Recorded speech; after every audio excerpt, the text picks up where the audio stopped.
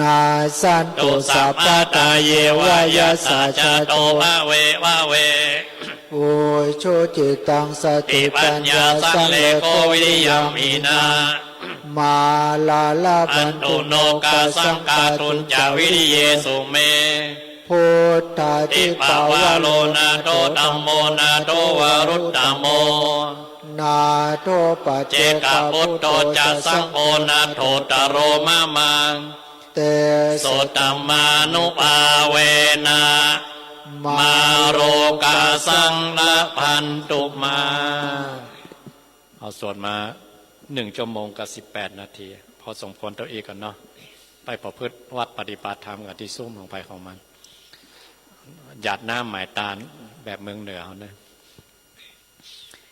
อิตังตานากัมมังนิพพานาปัจจโยโหนตุโนนิจังอิตังศีลากัมมังนิพพานาปัจจโยโหนตุโนนิจังอิตังภาวนากัมมังนิพพานาปัจจโยโหนตุโนนิจังยังกินเจกุสาลังกัตตปังกัมมังสัพเพ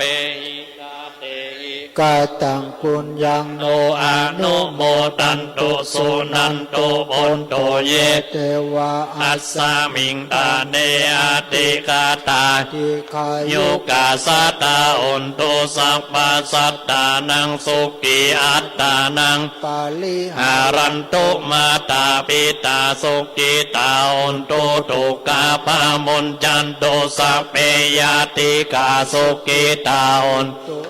กาภามุนจันตุสัพเพอายาตากาสุขิตาหุนตุตุกาภามุนจันตุสัพเพปิสาสัพเพยักขาสัพเพเปตาสุขิตาหุนตุตุกาภามุนจันตุสัพเพนักขัตตาสุขิตาหุนตุตุกาภามุนจันตุสัพเพเตวาสุขิตาหุนตุตุกาภามุนจันตุสัพเพอาจาริโยปัจจายาสุขิตาอุนตุตุกาปามุนจันตุสัพพะสัมปตินังสามิจันตุโว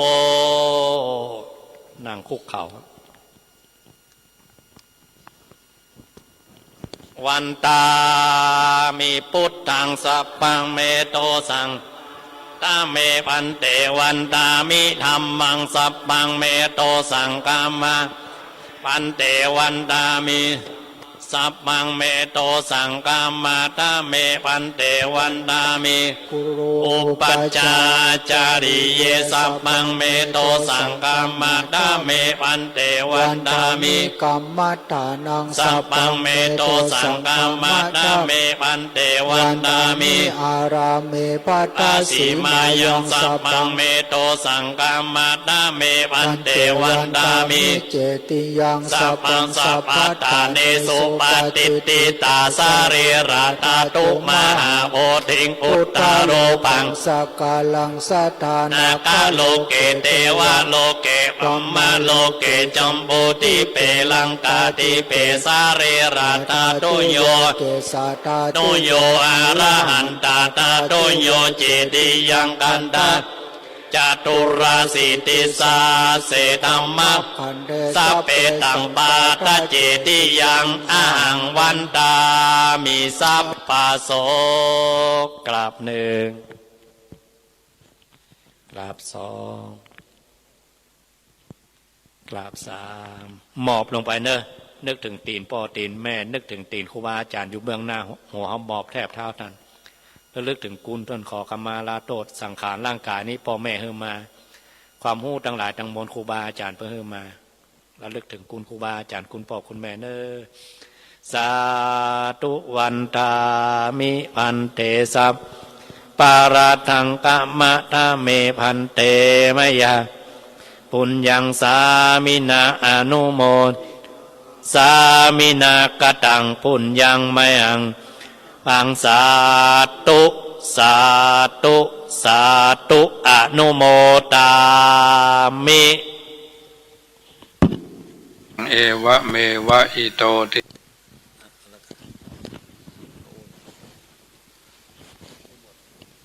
เชิญผู้หมวดเนอร์ตั้งลุ่มได้ต่อพูดจากับศรัทธาญาติโยมนะครับทดสอบ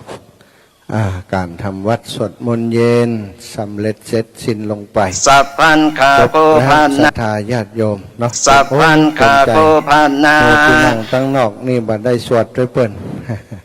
วันนี้ได้เช้าได้บุญไปเช้ากับสวดเนาะก็ได้ฟังครูบาอาจารย์ถึงเฮาบัดได้สวดเองพุทธมนต์ที่ครูบาอาจารย์ได้เปล่งเสียงสวดวันนี้รู้สึกว่าจะดังกว่าปกติเนอะชะตา ก๊อกสุดท้ายของครูบาอาจารย์วันนี้ตั้งอกตั้งใจสวดเพื่อจะให้เป็นมังกละเป็นมงคลแก่ศรัทธาญาติโยมทุกผู้ทุกท่านทุกคนโดยเทวบุตรเทวดาที่ปกปักรักษายังคงเขตคลองวัดปาโลนะโมตาโตสันตโลลาจาพิเศษมาเนอะทีแรกบอกว่าจะมาตอนเจ้าอีนะบัดเดียวกำลังมาเอามาอย่างมาพ่องบักเขือกะเวสันตนาราจากะก็คือได้วันหนึ่งใจจะเอาไปใส่ตั้งใดในการกระทำบุญฟังเทศมหาชาติก็ยักเป็นที่อยู่สุขสบายสาธุไปพร้อมกับมณฑาเนาะแล้วเนอะศรัทธาญาติโยมในช่วงจังหวะนี้ศรัทธาญาติโยมพี่น้องน้ำเต้าหู้น้ำปานะตังเพนเนอะครูบาอาจารย์กราบนิมนต์ครับวันนี้เยอะหน่อยเนอะ วันนี้มีหงตาลมาเนาะหงตาลของครูบาอาจารย์จากตังม่อนแจ่มก็มาเนอะตังแม่แจ่มก็มาเนาะครูบาอาจารย์ท่านอาจารย์ได้ปลาลูกศิษย์ลูกหาเอากาแฟเอาโอวันตินเนอะมาร่วมบุญด้วยกันวันนี้ศรัทธาญาติโยมอีปออีแม่สนใจโอวันตินก็เจริญพรได้เนาะวันนี้ยินดีต้อนรับกับศรัทธาเท่าแก่อีปออีแม่ทั้งหลายที่มาร่วมบุญกับครูบาอาจารย์ในงานลุกขมูลวันสุดท้ายค่ำคืนสุดท้ายแล้วเนาะค่ำคืนสุดท้ายวันสุดท้ายก็พรุ่งนี้แต่ว่าคืนนี้เป็นคืนสุดท้ายในการที่ครูบาอาจารย์จะได้มาประพฤติวัดปฏิบัติธรรมเป็นลุกขมูลเพื่อจะได้เป็นเนื้อนาบุญฮือศรัทธาทั้งหลายได้ทำบุญสุนทรทานด้วยกันในวันพรุ่งเมื่อเจ้าเพิ่นก็จะได้มาทำบุญตักบาตรวันพรุ่งนี้ได้ทราบข่าวว่าศรัทธาญาติโยมอีพ่ออีแม่บ้านปี่เมืองน้องเนาะบ้านของท่านอาจารย์พระครูกัลยาณปราโมทย์พี่น้องเหล่ามณฑาทิพย์คณะศรัทธาเหล่ามณฑาทิพย์ของเฮาพี่น้องบ้านเหล่าเป้านัดหมายกันว่าจะมาร่วม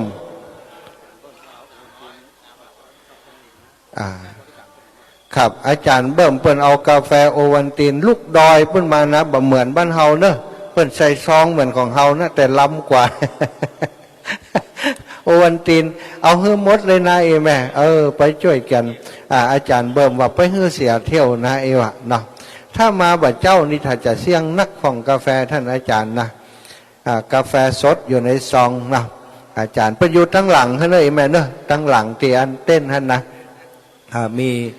อยู่ตั้งหลังหันน้ำดื่มแล้วก็เป็นโอวันตินเป็นกาแฟเนอะท่านอาจารย์เบิ่มเปิ้นมาจาก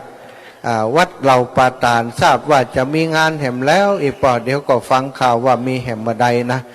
เปิ้นจุดเทียนใจไว้บัดเดียวนี้หันแล้วตู้เป็นรูปเป็นร่างเป็นโครงสร้างพระพุทธรูปตอกสารที่เปิ้นช่วยกันเนี่ยที่เขาไปแอวพอคราวก่อนเนาะที่ท่านอาจารย์เปิ้นได้ป้าอันพี่น้องในชุมชนของเปิ้นในอำเภอของเปิ้นมาช่วยกันทำพระเจ้าตอกสารมีหนึ่งเดียวในโลกเนื้อศรัทธาบ่เหมือนภัยเพราะว่าเป็นฝีมือของพี่น้องเจ้าบ้านเปิ้นช่วยกันจะมีงานบ่ได้ก่อยฟังเนาะค่ำคืนนี้อาตมาภาพได้ทำหน้าที่แทนครูบาอาจารย์ได้รับมอบหมายจากท่านพระครูกัลยาณปราโมทย์ท่านอาจารย์พระครูอภิวัฒนวิกรมคือมาแทนท่านอาจารย์ตุลุงยองช่วงนี้ถ้าเป็นนักมวยก็มีเวทีนักเต็มทีเนอะปัตตรตีไปคุยนะแต่เจ้าไปตีทางใดหมู่ว่าบานใดบ่ฮู้เนาะตอนตะคืนนี้ไปท่าจัดรายการอันคอมพิวเตอร์ของตู้ลุงเสียวะนั่งตั้งแต่ตี 1จนถึงตี 3ศรัทธาโทรมาหาเฮาวุ่นว่า จะได้วันนี้เปิ้นบัจัดรายการวิกาปั่นป้อน ไปพอเป็นเสียงตัวเก่าที่ตอนกลางคืนนั่นนะโอ้ตุลุงว่าผมนั่งท่านี้ตั้งแต่ตีหนึ่งมาอาจารย์ไปเช็คพอแล้วคอมตุลุงเสียตะคืนเนาะจะทาวันผูกมาเจ้าอาตมาก็จะแตนตุลุงแห่มะวันนี้ก็แตนอาตมานี่ถ้าเป็นมวยก็เป็นมวยก่อนเวลาเป็นมวยแตน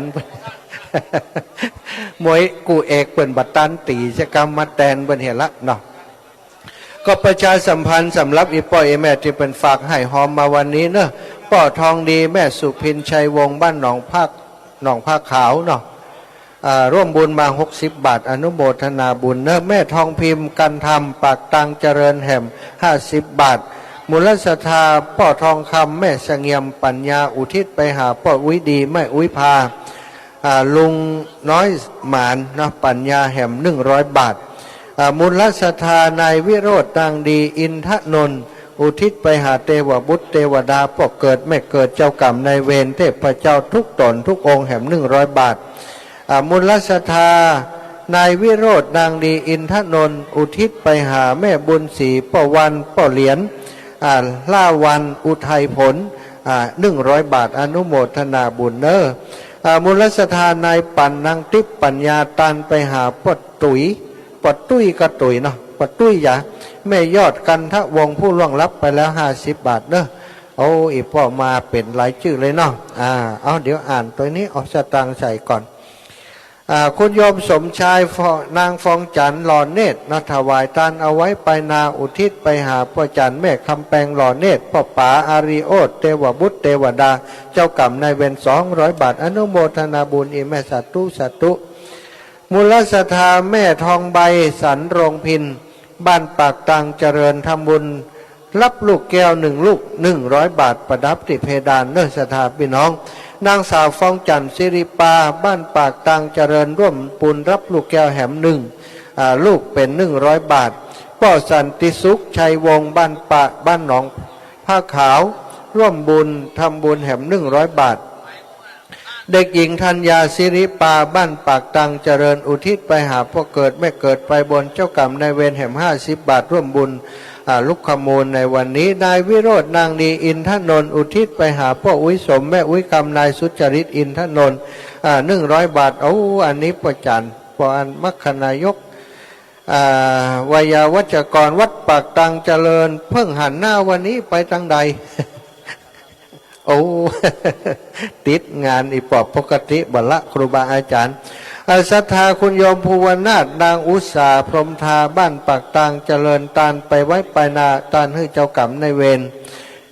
มูลศรัทธานางบุญทองอุทัยผลอุทิศไปหาพ่อออนสิริปาอนุโมทนาสาธุ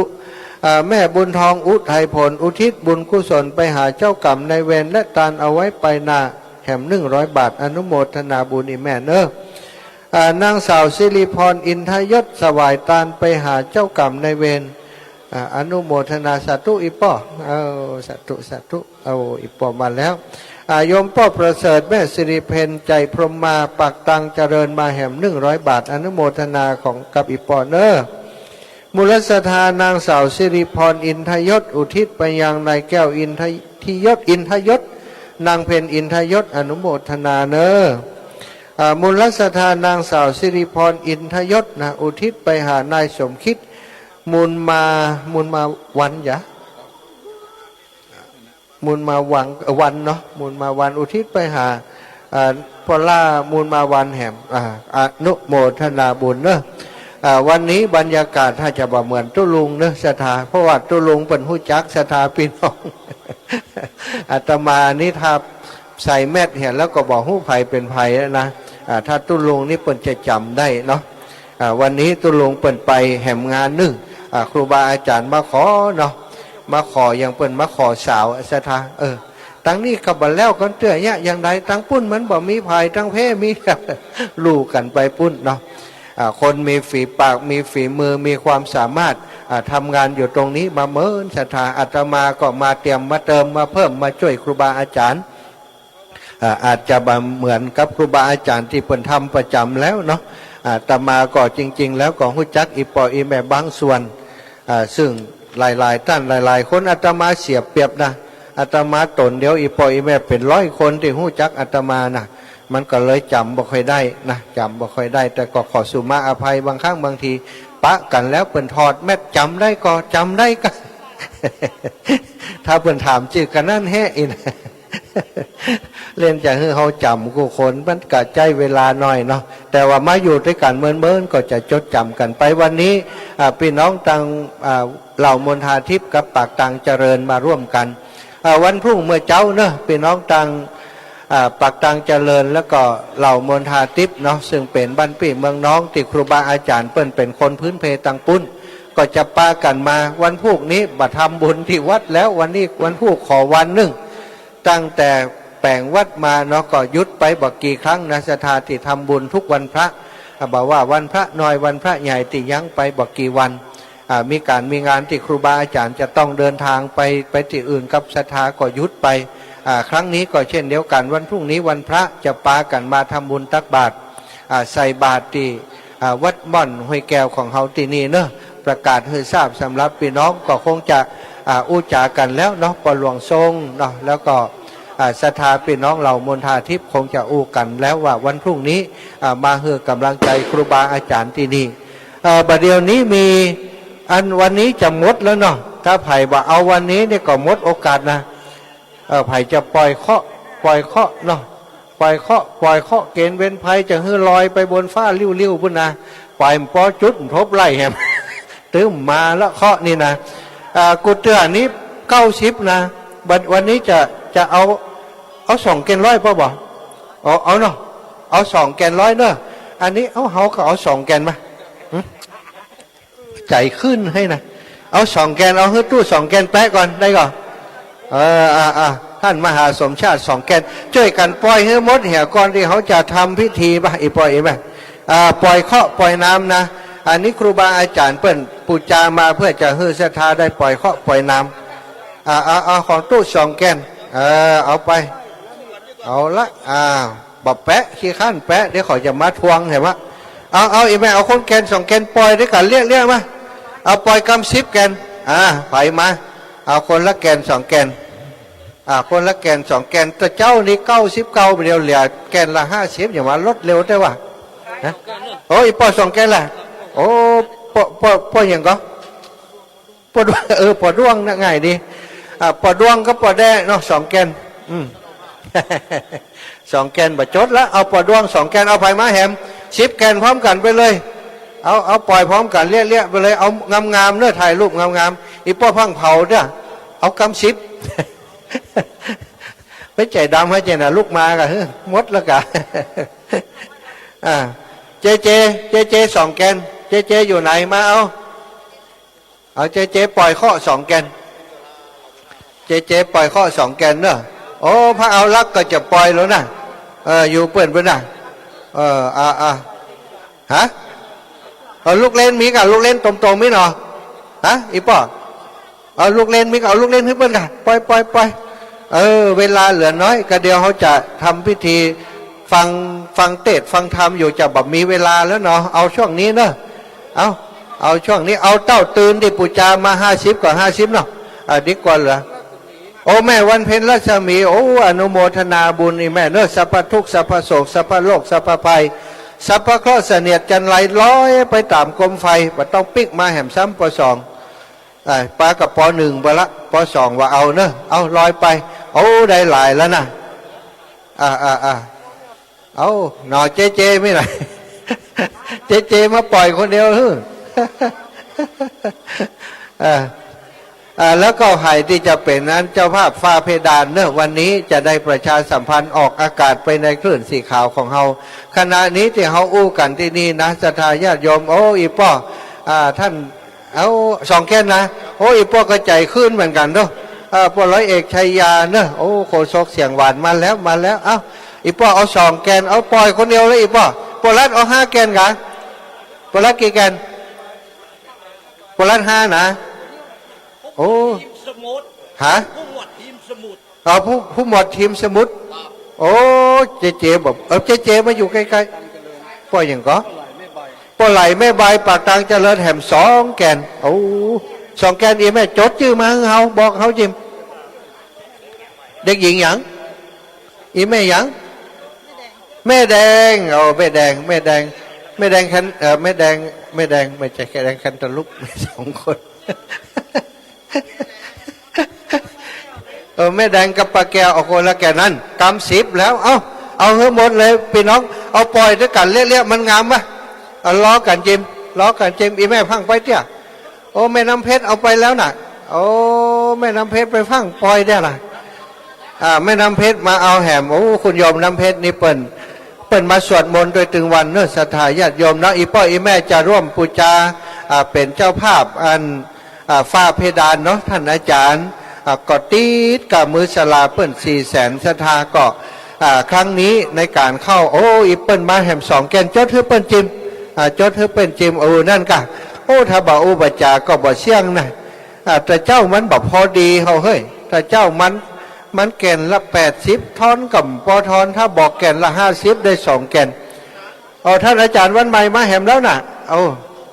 โอ้น่ะป้อไพรัตน์แม่สุภาพตานุเหล่ามนทาทิพย์แหม100 บาทอนุโมทนาอีป้อเนอะเอาเลยหยิบไปเลยเนอะบ่ไอเสื้อขาว2 แกนอย่างเอาเฮ้ยเพื่อนฮะของผมได้2 แกนอาจารย์เอากี่แกนอาจารย์เอา6 กะโอ้อาจารย์ปั่นเป็นก่อนกันเดี๋ยวปั่นเขาก่อนเนาะเอาปั่นเป็นก่อนเดี๋ยวจำปอสถานเนอะสัพพทุกข์สัพพโศกสัพพโรคสัพพภัยสัพพเคราะห์เสนียดจันไรเนอะเฮือลอยไปกับคมไฟเฮือหายไปในยามนี้วันนี้ยามนี้เนอะโอ้มาแหมแล้วร้านแดงไดนาโมแหม2 แกนนะโอ้ปล่อยกันเลี้ยถ่ายรูปกำทุกปีวันใหม่มันงามครับมันขึ้นไปตัวกันเลี้ยเนี่ยโอ้ไปบนฟ้ามีก็โคมไฟไปละสัพพทุกข์สัพพโศกสัพพโลกสัพพภัยสัพพเคราะห์เสนียดจันไรลอยไปกลางอากาศไปกะปี2565คณะกะมันจะหมดแล้วอาจารย์วันใหม่ถ้าบ่ได้ล่ำเป็นอย่างไรอาจารย์เนาะเอาฮือศรัทธาเพิ่นก่อนวันก่อนอาจารย์ก็ปล่อยละเดี๋ยวก่อนเดี๋ยวถ้ามันเหลือก่อนมันเหลือแล้วโอ้โตยกันไปทางปุ้นเคาะมันลอยไปทางออกทางตกทางวันตกแต่น่ะศรัทธาพอเนาะโอ้ไปแล้วตกแล้วเนาะโอ้แต่กะโอ้น่ะไปแล้วนะโอ้ไปแล้วเอาช่วยกันจะหมดแล้วนะเนาะแล้วเนื้อศรัทธาไผ่จะร่วมบุญเนาะมีเวลาเล็กน้อยนะช่วงนี้เรามีเวลาอยู่ก็เดียวถ้าเปิ่นเทศแล้วก็ดับปิ้งบ่ฮือแล้วเนาะตอนนี้ก็บ่เหลือแล้วนะถ้าอูไปแล้วเนี่ยถ้าท่านอาจารย์วันใหม่บ่ฮือเตื้อมาได้ท่านอาจารย์วันใหม่จะเอา6 แกนบ่ได้สักแกนกำจ้ะเอาฮือศรัทธาก่อนเฮือศรัทธาเปิ่นปูจาก่อนเฮือศรัทธาเปิ่นปูจาโอ้มาแหมแล้ว2 แกนศรัทธาญาติโยมอีแม่อีพ่อแม่มูลแม่แก้วมูลบุญกองรัฐหนอทำบุญไปหาพ่ออุ้ยนอแม่อุ้ยแก้ววันยาสีบันสันหินฝรั่งเนอะอนุโมทนาบุญกับอีแม่เด้อเหลือแหมกี่แกนเหลือแหมกี่แกนขจายโวยเหลือเวลาแหมบันนักนะกะก็เดี๋ยวเปิ่นจะฟังเทศน์นั่นเด้อองค์เทศน์ในค่ำคืนวันนี้เนาะท่านพระครูสถิตสารคุณเนาะท่านอาจารย์วันใหม่แม่นกำแม่นท่านอาจารย์พระครูสถิตสารคุณวันนี้เจ้าภาพขอรายชื่อเจ้าภาพเพื่อเขาจิมวันนี้บ่ได้ประกาศเพื่อนคำเตือนนี้บัญชีรายชื่ออยู่ทางใดขอจิมเด้อวันนี้เจ้าภาพเจ้าศรัทธาก็คงจะมารอแล้วเนาะวันนี้กิจกรรมที่เขาทำร่วมกันตั้งแต่เจ้ามาศรัทธาญาติโยมหลังจากทำบุญตักบาตรแล้วถวายภัตตาหารครูบาอาจารย์เจ้าเรียบร้อยเปิ้นตานเมนกันอีพ่อและอีแม่หลายตานติหารหน้านี่แต่เจ้าก็มาเนาะแต่เจ้าก็มาเพิ่มมันน้ำหนักมันดึงมือเขาก่อนเนอะเอาไปแล้วไปเนอะอธิษฐานจิตโดยไปอีแม่สัพพทุกข์สัพพโศกสัพพโรคสัพพภัยให้ลอยไปกับโคมไฟอันนี้จะไปลอยไปตกติซุ้มทุเจ้าเนอะเป็นเพียงร้อนโอ้แต่เจ้าน้ำแตกใส่ไปมีเปียกมดดับแปงงั้นเป็นว่าแตกได้แตกดีลงมาตั้งที่อันซุ้มทุเจ้าทุลุงทุเอาวางเลยเนอะเดี๋ยวจะประกาศให้มัวมาขอโคมไฟด้วยเพื่อนนี่อีปว่าได้มาแหมแล้วมาอ่านให้เพื่อนก่อนสาธุเนอะเดี๋ยวจะโมทนาก่อนอีปีเอาวางนี่เจ้าสาธุ สาธุเนอบุญรักษาคุณภูลลักษณ์ชัยยาเลิศคุณพนิธาอุทัยผลเนาะปากตังเจริญอันนี้ร่วมบุญอย่างมาจ้าสงสัยอันกรมไฟนั่นนะเนาะกรมไฟเนาะอีปอเนาะ2โอเค2แก่นแล้วก็มูลศรัทธาโยมจากนางสาววิมาลา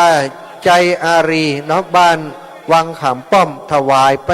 ตานไปหาพ่อเกิดแม่เกิดเทวบุตรเทวดาประจำตัวและเจ้ากรรมนายเวรมูลศรัทธาคุณลุงไหลแม่ทองใบอารีโอดปากตังเจริญตานไปหน้า200 บาทอนุโมทนาบุญกับอีแม่อีพ่อเด้อแม่วิไลใจอารีบ้านวังขามป้อมถวายตานไปหาพ่อเกิดแม่เกิดและเทวบุตรเทวดาเจ้ากรรมนายเวรแห่ม100 บาทอนุโมทนาบุญโอ้เจบัดตันเปิดละทุกปีวันใหม่ยังบัดตันได้สักกรรมโอ้เนาะเอาไปเนาะ6 แกนเอามาเลย6 แกนเอาเฮ้อเปิ้นเฮียทุกปีเปิ้นจ่ายตังแล้วจ่ายไปเลยเนอะเอาเคาะปล่อยเคาะมันจะมีโจกศรัทธาถ้าเคาะมันหมดไปแล้วมันก็จะมีโจกละกรรมนี้นะโจกใจจะมากับปีใหม่2565แต่ว่าได้ข่าวว่าวันที่30เนอะวันที่30เนอะโอ้เหลือแหม8 แกนเอา8 แกนถ้าไผ่เอาเขาจะเอาเหมาเลยนะจะไปลำปางเลยละจะเหมาไว้ปล่อยลำปางเอาครับเอาเหลือ8 แกนเหลือ8 แกนแล้วเอาละศรัทธาญาติโยมอีปอยอีแม่ทั้งหลายที่ตั้งบ้านต้องปล่อยด้วยเพื่อนเนอะส่งใจมากระเปาะตั้งบ้านกองปล่อยตั้งบ้านนะท่านมาหาออกคืออีแม่จิมอีแม่จะเอา2 แกนอีกคำเดียวมาเอาเนื้อตั้งบ้านมาเอาแต่วันนี้เอาคือพี่น้องที่เป็นมาร่วมบุญในค่ำคืนนี้เนาะวันนี้ศรัทธาญาติโยมจากหลายหมู่บ้านเนอะปอเลี้ยงเอียงคำแห่มหลายหมู่บ้านที่เปิ่นมาร่วมเป็นเจ้าภาพกันเทศเนาะก็เดี๋ยวจะมีพระธรรมเทศนาค่ำคืนสุดท้ายคงจะได้สาระประโยชน์นักหนาอยู่ศรัทธาครูบาอาจารย์เปิ่นมาร่วมปฏิบัติธรรมตั้งแต่วันแรกมาแล้วเนาะก็เก็บเอาไว้เป็นวันสุดท้ายเพื่อจะได้สรุปงานได้อุจาอนุโมทนาให้ศรัทธาญาติโยมทั้งหลายที่มาร่วมบุญได้เกิดปิติได้เกิดศรัทธาในการที่ครูบาอาจารย์เปิ่นได้เข้ากรรมลูกขมูลเนาะที่วัดม่อนห้วยแก้วที่นี่การงานอย่างศรัทธาต้องอาศัยความร่วมมือจากหลายๆฝ่ายบัจจัยว่าครูบาอาจารย์กึดแล้วจะเนี้ยคนเดียวกันได้เนาะต้องอาศัยศรัทธาที่เป็นที่ทำหน้าที่มาช่วยเหลือท่านผู้นำหมู่บ้านท่านผู้ใหญ่บ้านเป็นน้องผู้นำหมู่บ้านทุกฝ่ายทุกแขนงได้ช่วยกันตลอดถึงครูบาอาจารย์พระสงฆ์องค์สังฆเจ้าในพื้นที่ของเฮาในตำบลดอยหล่อที่ได้มาร่วมกันอยู่ในเขตปกครองเดียวกันก็มาร่วมโดยช่วยกันตลอดก็ทำให้งานของเฮาวันนี้เป็นคืนสุดท้ายวันพรุ่งบ่ายเจ้าก็จะเป็นเจ้าสุดท้ายเสร็จเรียบร้อยก็จะเก็บฉากกันแล้วโอ้ศรัทธาวัดปากตังเจริญอีป้อว่าจวนกันขึ้นไปบนเลยเนาะอีวะไปตานตอนนี้เลยกะเดียวเข้าสู่พิธีเทศแล้วจะบ่ได้ตานจะบ่ได้ปอนได้เหลือเอาปล่อยเลยกะเดียวถ้าไกลที่เปิ่นจะเทศแล้วมันแบบมีเวลาปล่อยแล้วศรัทธาเอาปล่อยกันเฮียตอนนี้เนอะเหลือแฮมกี่แกนเอาไผ่จะเอาเพิ่มแฮมก็ได้เนอะเอาเหลือ8 แกนได้แล้วกะเอาดอก5 8 40ด่ะเอาไผ่เอาหมูที่ปล่อยเอาคนแกนกันเดียวเอาหมูที่กรรมการนี่เอาคนแกนนะมัดมือเลยเอาหมูกรรมการนี่เอาคนแกนเหลือขี้แกนพอหรอพวกแกไม่ไหนพวกแกปล่อยเคาะอะไรอย่างพวกแกพี่น้องเรามณฑาขึ้นไปโดยเพื่อนก็เอาขึ้นไปด้วยกันนะกะพี่น้องเรามณฑาก็ปักตังเจริญขึ้นไปด้วยกันไปตานพร้อมกันป่ะอีปอยอีแม่ตานพระป่าพร้อมกันเนอะปากตังเจริญกับเหล่ามณฑาขึ้นไปพร้อมกันเลยอีป่อมาแล้วปหลวงทรงปินตาเปี้ยพร้อมกับคณะศรัทธาเหล่ามณฑาทิพย์เนอะโอ้นั่นมาแหมละน่ะเอา2 แกนเอาแม่อย่างก็ไม่ชื่นไม่ชื่น10 พรมอีเนาะบ้านเวียงทองเฮาแม่น้อยกาบวังแหมคนละแกนเอาปล่อยอีแม่เอาใจอีแม่จุดจิมโอ้ อาจารย์ก็แกลำไปก้าคนอื่น50เอาของอีแม่แกนละ100เพราะจะเอาวางคืนเห็นแล้วเอาอีแม่จากตังได้โอ้สาธุนะแม่เนอะเด็กหญิงปวีนุชเนาะกิตติตาลบ้านหลังม่อนตาลไปหาคุณพ่อจักรวาลกิตติตาลที่ล่วงลับไปแล้ว50 บาทมูลศรัทธานางคำนายตาลนางคำกิตติตาลบ้านหลังม่อนตาลไปหานายอินสนนางคำมูลนายนรงค์นายพิชิตลางหนองนอแหม60 บาทมูลศรัทธานายตาลนางคำกิตติตาลบ้านหลังม่อนตาลไปหาพ่ออุ้ยสิงแม่อุ้ยป่านายอินสอนเขียวหน่อเมืองแหม50 บาทเนอะโอ้เหลือแหม4 แกน5 แกนนะ6 แกนอันละโอ้เหลือ6 แกนเอาไปจะเอาแหมอาจารย์วันใหม่สงสัยจะเอาแหมแล้วนะพอเลยโอ้จ่วยกันคนแกน2 แกนหมดแล้วนะเปิ่นขี้ข้านเผาอีวะอีปอว่าขี้ข้านเอาขี้ข้านเผาอย่าละแหม6 แกนเอาละใส่ไปอันนั้นเป็นบำรุงกับน้ำกับไฟเพื่อนเนื้อสถานเนื้อต้นทุนก็ตกแกนหนึ่ง30 บาทแล้วเนาะก็ได้20 บาทอู้กันตรงๆไปเลยเอามาเป็นการน้ำกับไฟครูบาอาจารย์เปิ่นต้องการให้ศรัทธาได้มีกิจกรรมร่วมกันปล่อยเคาะเนาะปล่อยเคาะปล่อยน้ำเปิ่นว่าเป็นสิ่งที่เปิ่นปล่อยโคมไฟปล่อยยะยังอีนะเขาว่าโอ้อันคนเฒ่าคนแก่เปิ่นก็ยะฮือพอยะฮือหันเป็นภูมิปัญญาเก่าก่อนมาเวลาเปิ่นจะลอยเคาะลอยในน้ำก็ได้ปล่อยไปทางอากาศก็ได้ปล่อยไปทางอากาศก็ต้องอาศัยโคมไฟเนี้ยปล่อยไปโอ้ยปอมาแหมแล้วนะเพราะมันบัดเหลือและศรัทธาญาติโยมเปิ่นเล็งกันอยู่นี่นะเพียงแต่ว่าเปิ่นว่าพอว่าเพื่อจะให้คนอื่นเอาก่อนอีปอดแต้มให้อีวะเคาะอีปอมมีนักเท่าใดนะวันพรุ่งนี้เนาะศรัทธาญาติโยมอีปอยอีแม่ที่ฟังอยู่ทางบ้านทางจองเนาะก็ขอเจริญพรถ้าอยู่บ่ปอไกนะก็มาร่วมบุญกับครูบาอาจารย์ใดที่วัดม่อนห้วยแก้วของเฮาที่นี่เนาะครูบาอาจารย์เพื่อจะมีการทำบุญตักบาตรตอนเจ้านะก็มาถึงสัก6 โมง 7 โมงก็แล้วกันเพราะจะตักบาตรเวลาประมาณ8 นาฬิกาเนาะศรัทธาอีปอยอีแม่ทั้งหลายที่อยู่ทั้งบ้านทั้งจองนั้นอยากจะมาร่วมบุญเนื้อนาบุญครูบาอาจารย์เปิ่นได้มาปฏิบัติธรรมใน4-5 คืนได้บุญได้กุศลเหมือนกับว่าเฮาได้หว่านเมล็ดพืชเมล็ดพันธุ์ลงไปตั้งผืนดินแปลงนาที่อุดมสมบูรณ์เขาก็จะได้บุญนักบุญหลายเนอะเฮามาถ้าบ่ได้เตรียมอย่างที่บ้านมาปุจจาเข้าสารที่นี่ก็ได้นะศรัทธาเปิ่นมีฮื้อปุจจาเฮาเฮาก็ใส่ของเฮาบ่ต้องไปห่อไปยะคนเดียวก็ได้เนาะได้บุญเสมอกันเหมือนกับเฮาเอาลูกที่บ้านมาโอ้หมดเห็นแล้วกะพ่อพัดแม่ทองใบแหม1 ลูกเนาะพ่อพัดแม่ทองใบโอ้หมดเสร็จโอ้เหลือแหม2 ลูกโอ้ใครจะโชคดีโอ้บ่มีละเอาแหม2 ลูกแหม2 แกนถ้าจบแล้วทางบนก็จะพอดีแล้วก็ศรัทธาเนาะศรัทธาพี่น้องอยู่ทางบ้านหลายท่านเนาะเด็กฝากหอมมาเนาะ19:51 นาทีเนาะถ้าทางบนพร้อมแล้วครูบาอาจารย์เนาะครับก็ได้แจ้งมาทางรูปได้เลยเนาะครับทางรูปนี้ก็บอกมีอย่างแล้วครับตอนนี้โอ้หมดแล้วกะอีปอ2 แกนหมดเสร็จแล้วนี่นายมิตรนางจันเนาะแหม2 ลูกโอ้นี่แหม2หมดเสร็จหมดซอยแล้วคุณสมพงษ์อุปรักอย่างป่ะฮะสาธุอีแม่เอาเจ้าสาธุเจ้าอุปรมองเนาะแหม1 ลูกอีแม่แหม1 ลูกกะโอ้เอาหมดนั่นจับพอดีลูกได้ลูกนี้แล้วโอ้ให้จะเอาอีป้อกะฮะได้แม่หอมเจ้าพระป่าคณะสงฆ์ฮะโอ้เหลือ1 ลูกเนาะเอาอันนี้พระป่าคณะสงฆ์อีแม่ปักให้จิมไอ้ป้อปักจิมพระป่าคณะสงฆ์ทุลุงยอง1,000 บาทเอาปักให้เปิ้นเลยฮะอีป้อเอาตังนั่นแหลกเอาแบงค์100ใส่ไปมันจะปักโอ้1 ลูกโอ้คือ60เลยลูกโอ้ป้อผ่านวรรณคำลูกสุดท้ายอีป้อจะโชคดีนะ 1,000 บาทดีกว่าเอาแบงค์1,000 บาทไปปักเลยของตุลุงยองเนอะตุลุงยองร่วมบุญพระป่าคณะสงฆ์1,000 บาทอาจารย์วันใหม่ตะวาเปิ่นหอมแล้วของคณะสงฆ์500 บาทเนาะ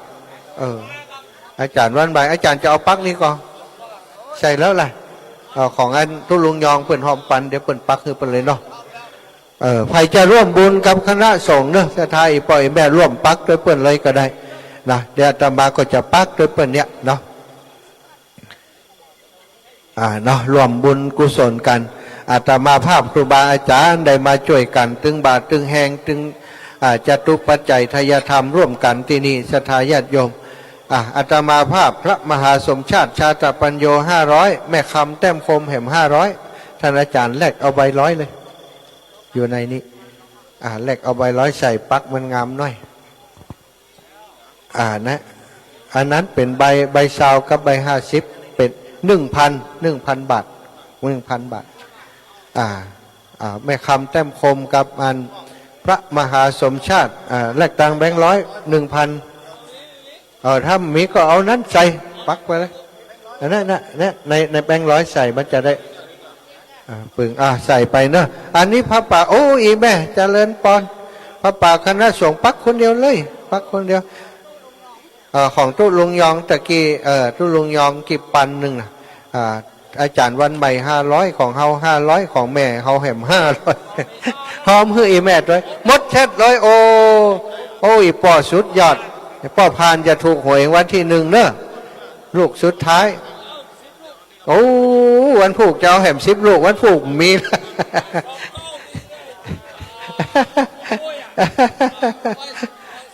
โอ้ดีกะ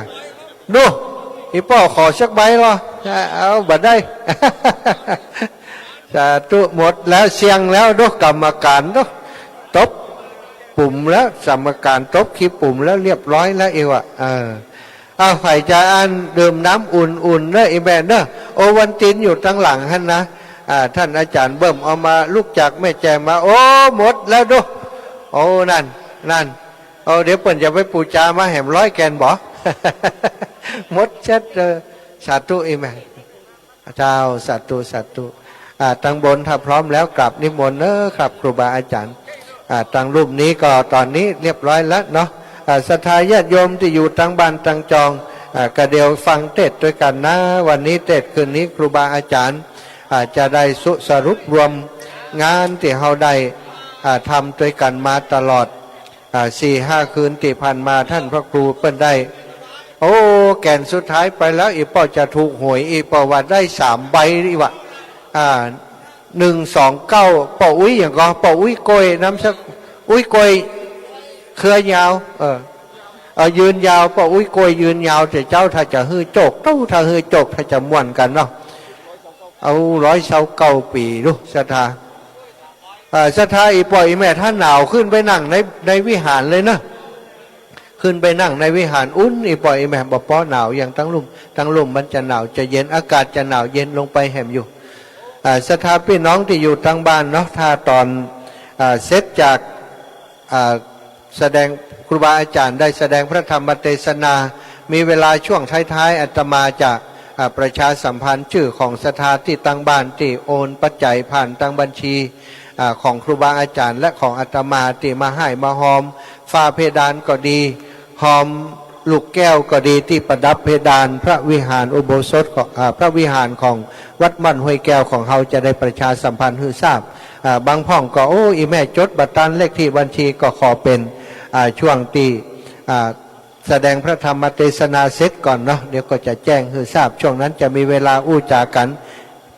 แห่งประมาณสัก30 นาทีเนาะหลังจากฟังพระธรรมเทศนาพร้อมกันแล้วเนาะสำหรับพระป่าคณะสงฆ์เนาะท่านอาจารย์วันใหม่500 บาทท่านตุลุงท่านอาจารย์ชัยวัฒน์นาคเสโน1,000 บาทอาตมาภาพพระมหาสมชาติชาตปัญโยร่วม500 บาทโยมแม่คำแต้มคมโยมแม่ของอาตมาหอมไว้เฮือเปิ้ล100 บาทเดี๋ยวไปเก็บเอาบานพุทธเนาะหอมเฮือแม่ทุกครั้งเวลาทำบุญที่ใดศรัทธาจะได้เกิดมาเป็นลูกเปิ้ลแฮมถ้าได้เกิดแหมเตือนนะ จะไปเกิดเป็นอย่างหมูเนาะ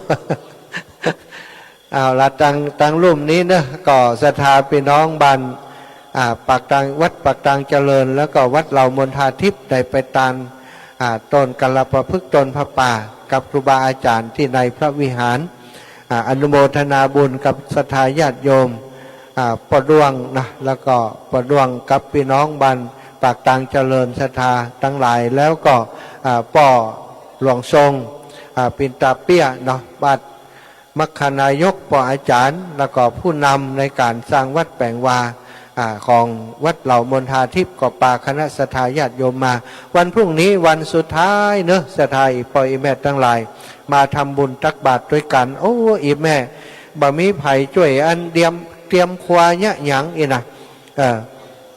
มาตังเพศเนาะตังคณะกรรมการเปิ้นมีเข้าเพื่อเป็นชุดเฮือศรัทธาพี่น้องได้ปูจาเพื่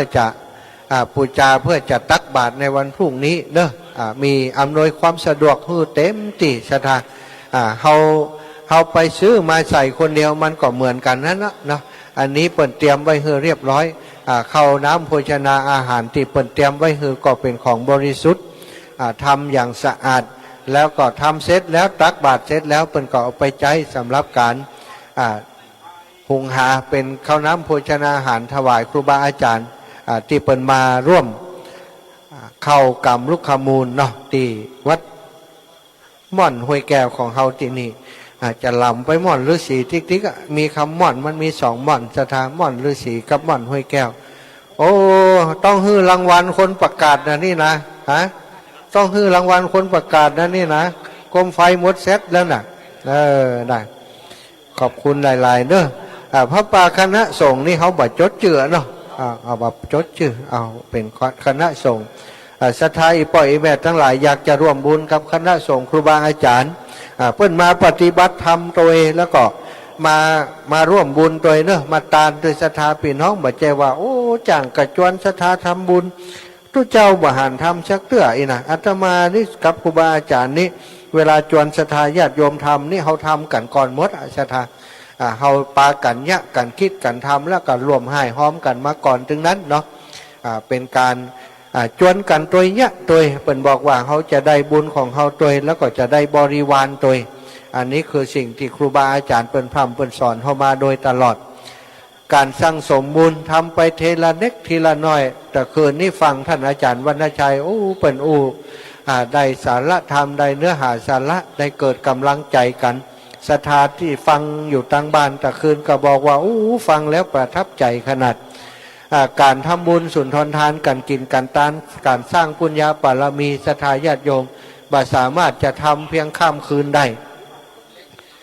ต้องใช้เวลาเนาะจะทำแบบไฟไม่ฟางก็บ่ได้อย่างท่านที่อาจารย์พระครูกัลยาณปราโมทมาอยู่ที่วัดม่อนห้วยแก้วของเขาที่นี่ใช้เวลาตลอดชีวิตของบรรพชิตของเปิ้นเลยก็ว่าได้นศรัทธา30-40 ปีได้มาพัฒนาที่นี่จนที่เฮาหันเนี่ยวิหารหลังนี้อาตมาพอแล้วรู้สึกว่าจะเป็นวิหารหลังที่ใหญ่ที่สุดเท่าที่ได้หันมาถ้าบัดนับที่วิหารพระแก้วดอนเต้าสุชาดารามลำปางนะลำปางก็รู้สึกว่าจะใกล้เคียงกันเนี่ยศรัทธาก็ถือว่าเป็นบุญญาบารมีของท่านอาจารย์ที่ได้รับการอนุเคราะห์สงเคราะห์ช่วยเหลือจากศรัทธาญาติโยมที่หันในความตั้งใจของเปิ้นเนาะการที่จัดเข้ากรรมลุกขมูลครั้งนี้ก็เพื่อจะให้ศรัทธาญาติโยมทั้งหลายได้มาร่วมบุญได้อนุโมทนาได้มาหู้มาหารว่าอันวิหารของเฮาเนี่ยมันงามขนาดไหนเนาะต้องแสงอาทิตย์ตอนเจ้าก็งามต้องแสงอาทิตย์ย้ำเจ้าก็งามศรัทธากลางคืนนี้มีแสงสปอตไลท์ส่องมา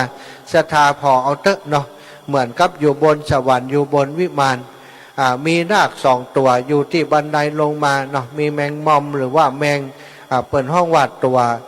เป็นสัตว์หิมพานต์นะศรัทธาตัวนี้เปิดเรียกว่ามอมหรือว่าบางที่เปิดก็ว่ามังกรเนี่ยหลายคนมาถามว่าเปิดจะได้กราบกันอีก เปิดยังมาอยู่คนละตัวเปิดจะได้กราบไว้ทุกแต่เจ้าได้ปริศนาธรรมจากครูบาอาจารย์ฟังแล้วชื่นใจศรัทธาแต่คืนก่อนมีคนถามอาตมาว่าเปิ้นจะได้กราบกันเขาว่าเปิ้นเนี่ยเอางามก็อีกเขาบอกหู้เนาะ โอ้แต่เจ้าครูบาอาจารย์ไขปริศนาว่าพญานาคนี้เป็นสัตว์ที่มีอำนาจศรัทธามีอำนาจแต่ว่าอารมณ์ฮ้อนนี่ส่วนมังกรนี้ก็เป็นสัตว์ที่มีอำนาจเหมือนกันแต่อารมณ์เย็นอารมณ์ฮ้อนกับอารมณ์เย็นมาอยู่ด้วยกันก็เท่ากับว่าโอ้ถ้ามีไอ้อย่างที่มันฮ้อนตังบ้านตังจองฮ้อนก็ดีตังวัดตังวาฮ้อนก็ดีเนี่ยต้องอาศัยเปิ่งปากันบ้านฮ้อนวัดก็ดึงไว้วัดฮ้อนบ้านก็ดึงไว้เนี่ยค่ะตังความเย็นกับความฮ้อนเนี่ยมันต้องอาศัยกันเหมือนกันนะถ้ามันฮ้อนถึงกูแล้วมันก็จะเกิดปัญหาอยู่ในวัดในวาเหมือนกันวะท่านอาจารย์บอกว่าเจ้าหัววัดสมภารวัดทิฏฐิพระมณกษัตริย์เป็นเรื่องที่เปิ้นบอกว่าต้องระมัดระวังคนที่มีอำนาจวาสนาบางครั้งอาจจะลุกแก่อำนาจก็ต้องหาอย่างที่มาดึงไว้พ่องมาอมไว้พ่องมาจักไว้พ่องศรัทธานั่นก็คืออาศัยศีลธรรมอาศัยความเมตตากรุณามุทิตา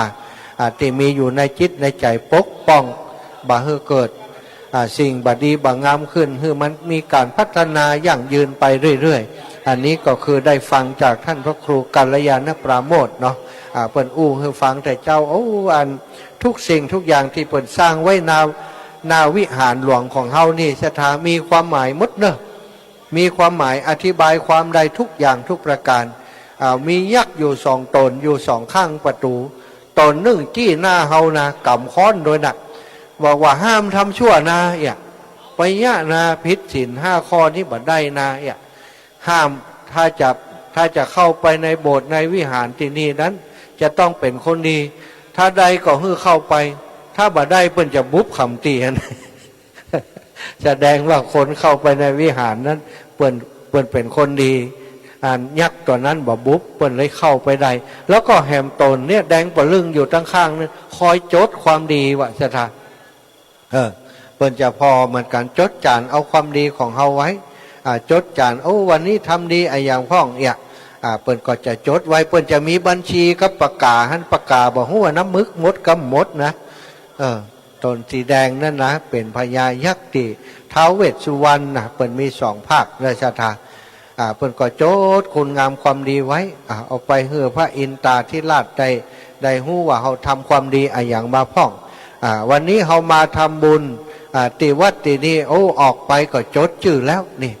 พระมหาสมชาติชาตปัญโยหอม500ตะกี้ถ้าจะจดแล้วละศรัทธาญาติโยมทั้งหลายที่หอมไปพุ่นก็จดไว้เหมือนกันเนอะอันเนี้ยศรัทธาคุณงามความดีที่ครูบาอาจารย์เปิ้นปั้นอย่างมูนี้ตั้งหน้านี่นะมีความหมายหมดถ้าศรัทธาบอกเข้าใจตรงไหนถ้ามีโอกาสก็ถามสอบถามเปิ้นได้เข้าไปทางในมีถึงพระอินทร์มีถึงพระพรหมพระอินทร์มีตาวิเศษนะศรัทธาแล้วพระพรหมนี่มีสีหน้าพระพรหมทำไมถึงมีสีหน้ามีหน้าเดียวบ่ได้กะก่อนอันเปิ่นจะไปว่าพรหมสีหน้าอย่างมีหน้าเดียวก่อมใจพระพรหมศรัทธาพระพรหมนี่มีหน้าเดียวบ่ได้ต้องสีหน้าของพระพรหมคือเมตตากรุณามุทิตาอุเบกขาพระพรหมมีก็เมตตากะบ่ได้มีเมตตามีหน้าเดียวบ่ได้ถ้าชื่อว่าพระพรหมแล้วต้องมีสีหน้าใครหันพระพรหมบ่ยากเนอะ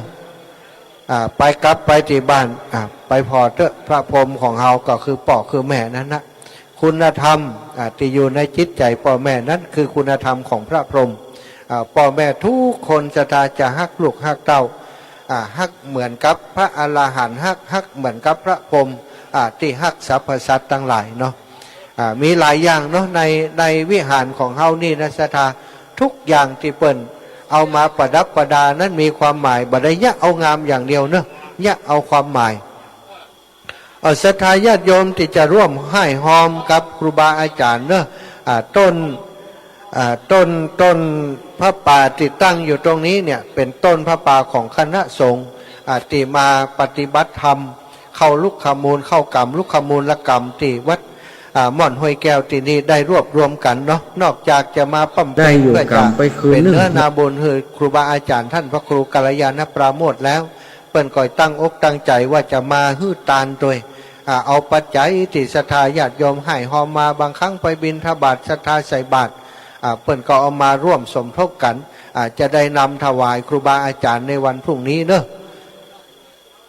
ตอนนี้ตังบนเนาะเปิ้นก็ใกล้พิธีแล้วศรัทธาถ้าตังบนเปิ้นพร้อมเปิ้นก็จะแจ้งมาตังลุ่มอาตมาก็จะงดเสียงประชาสัมพันธ์ตังลุ่มตอนนี้รอตังบนเปิ้นพร้อมเนาะวันนี้ก็คงอาจจะช้ากว่าปกติสักน้อยหนึ่งเพราะว่าเป็นคืนสุดท้ายเนาะศรัทธาญาติโยมบางส่วนก็อาจจะมาช้าสักหน่อยก็บ่เป็นอย่างเนาะทางบ้านก็รอฟังกันเนอะทางบ้านตอนนี้ก็ฟังสเปเหระที่อาตมาอยู่หน้างานอยู่ในเป็นการถ่ายทอดสดรายงานสดจากที่วัดม่อนห้วยแก้วหลายคืนมาแล้วที่ศรัทธาญาติโยมบัดได้ฟังครูบาอาจารย์ที่เปิ่นจัดรายการอยู่เป็นประจำออกอากาศเพราะว่าเขาได้ใช้เสียงตรงนี้ประชาสัมพันธ์งานที่เกิดขึ้นที่ม่อนห้วยแก้วของเขาที่นี่เพื่อจะให้ศรัทธาที่อยู่ทางบ้านได้ร่วมอนุโมทนาด้วยกันเนาะก็มีหลายท่านเนอะเปิ่นฟังอยู่ตั้งบ้านก็โทรมาหาอีแม่ขอหอมฟ้าเพดานจิมเนอร์อีน่ะอีแม่หอม100 ตารางเมตรเนาะบางพ่องก็หอมคมไฟหอมหลอดไฟที่ประดับประดาอยู่บนฟ้าเพดานหั่นโดยศรัทธาอันนี้ก็นับว่าเป็นบุญที่เขาได้ออกอากาศแล้วศรัทธาญาติโยมได้ฟังแล้วก็หอมบุญร่วมบุญมาด้วยกันเป็นการช่วยกันคนละเล็กคนละน้อยศรัทธาจาก10เป็นเช้าจากเช้าเป็น100จาก100เป็นพันเนาะก็จะเป็นเงินหมื่นเงินแสนฮือกับครูบาอาจารย์เปิ้นได้นำมาพัฒนามาใช้จ่ายเป็นการศาลาอย่างต่างๆติดค้างเปิ้นอยู่นี่ก็ประกาศไว้บอกกับศรัทธาญาติโยมไว้ที่ฟังอยู่ตั้งบ้านเอาเป็นช่วงเวลาหลังจากที่ฟังพระธรรมเทศนาจบเรียบร้อยเนาะถ้ามีเวลาที่พอจะสรุปคือใดก็จะสรุปยอดสำหรับที่โอนมาจากทางบ้านเนอะหลายคนก็โอนผ่านบัญชีของท่านพระครูกัลยาณปราโมทย์เป็นเจ้าภาพฝ้าเพดานเนาะ1 ตารางเมตร2 ตารางเมตรบางพ่องก็เอาลูกแก้วคมไฟก็ขออนุโมทนาบุญให้ท่านเจ้าทั้งหลายที่ร่วมบุญมาคือมีแต่ความสุขคือมีแต่ความเจริญเนอะ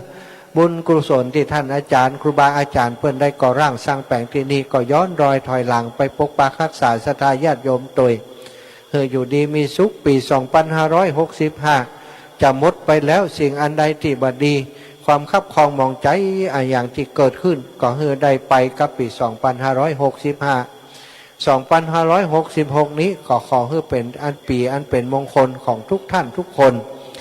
ตึงที่อยู่ตั้งบ้านตึงที่อยู่ที่นี่เนาะ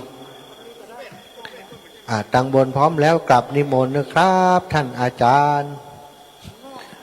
ตั้งลุ่มก็ขอแห้ง ขอถวายความเคารพครูบาอาจารย์พระเจ้าพระสงฆ์พระมหาเถระพระเถรานุเถระทุกรูปเจริญพรศรัทธาญาติโยมท่านสาธุชนทุกคนทุกท่านขณะนี้ได้เวลาที่เฮาท่านทั้งหลายจะได้ฟังธรรมเทศนาในค่ำคืนสุดท้ายของงานปฏิบัติธรรมลุกขมูลกรรมณที่วัดม่อนห้วยแก้วเริ่มตั้งแต่วันที่25 ธันวาคมมาแล้วค่ำคืนนี้เป็นค่ำคืนสุดท้ายขอเจริญพรเจิญพี่น้องศรัทธาญาติโยมท่านสาธุชนท่านทั้งหลายได้เข้าสู่วิหารเพื่อที่ว่าจะได้ประกอบพิธีไหว้พระสมทานศีลและฟังเทศน์ตามลำดับไปดังนั้นญาติโยมที่อยู่ต่างนอกวิหารก็ดีญาติโยมที่อยู่บริเวณวัดก็ดีก็ขอเจริญพรเข้ามาในวิหารเตรียมตัวที่จะได้ร่วมกันฟังเทศน์ฟังธรรมทั้งในวิหารนี่ก็มีเก้าอี้บริการให้กับศรัทธาญาติโยม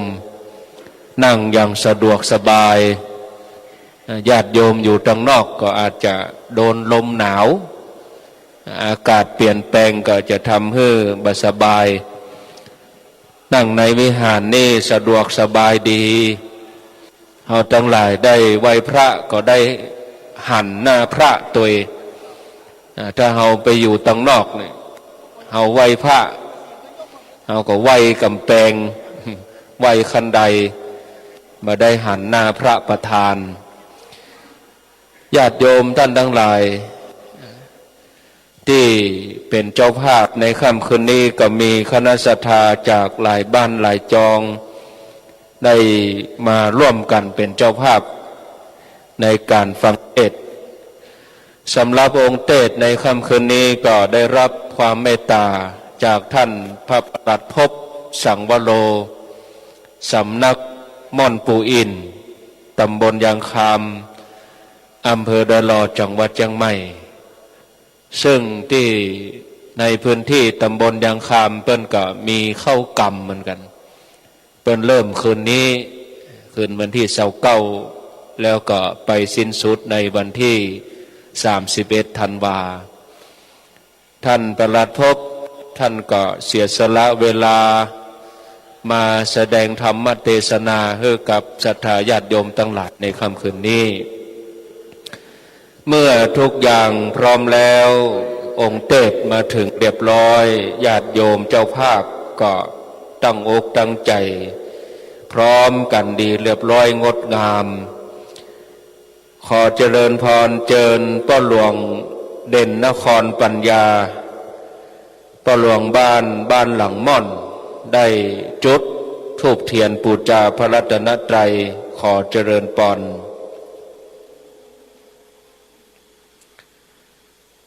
ขณะที่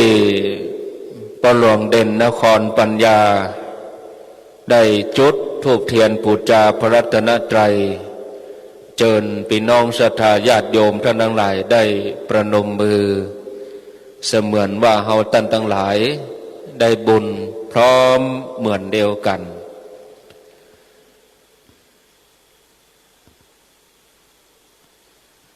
ญาติโยมที่อยู่ที่นี่แล้วก็ที่รับฟังการถ่ายทอดสถานีวิทยุที่อยู่ที่บ้านตัวได้ฟังเทศน์ฟังธรรมตัวกัน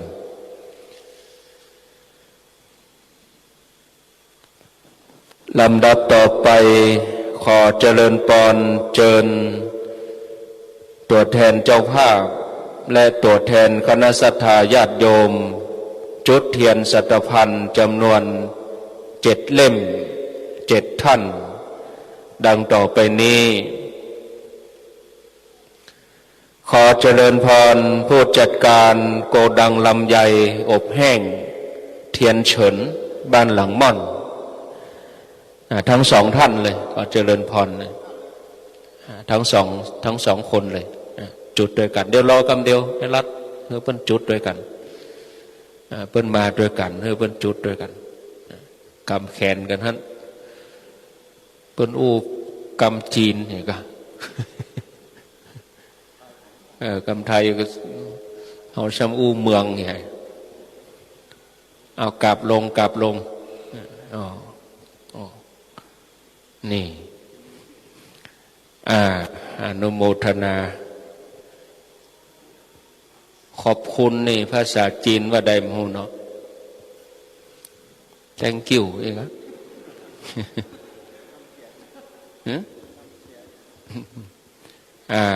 อนุโมทนาจุดเทียนสัตพันธ์เล่มที่2เจริญพรพระหลวงบุญธรรมเรือนรักเราผู้ใหญ่บ้านปักทางเจริญเล่มที่3พ่อหลวงทรงอินตาเปียบ้านเหล่าเป้า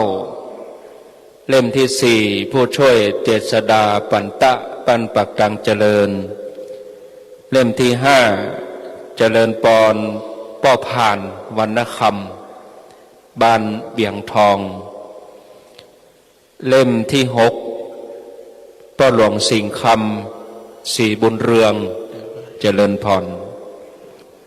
และเล่มที่7คุณสุเทพยองจาบ้านหลังม่อนในจุดเทียนสัตพันธ์จำนวน7 ท่าน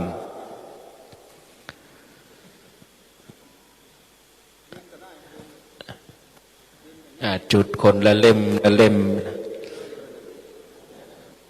หลังจากที่ตัวแทนเจ้าภาพและตัวแทนศรัทธาญาติโยมทั้งหลายได้จุดเทียนสัตพันธ์จำนวน7 เล่มเรียบร้อยแล้ว ขอเจริญพรให้สมคิดติบธงได้จุดเทียนส่องธรรมขอเจริญพร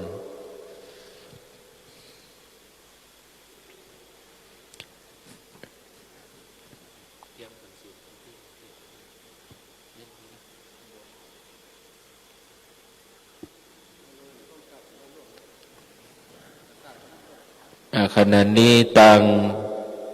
คณะเจ้าภาพและตัวแทนศรัทธาญาติโยมกำลังจุดเทียนที่สัตพันธ์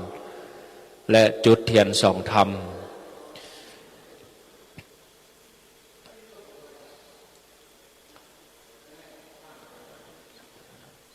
เชิญผู้ช่วยสุเทพศิริปา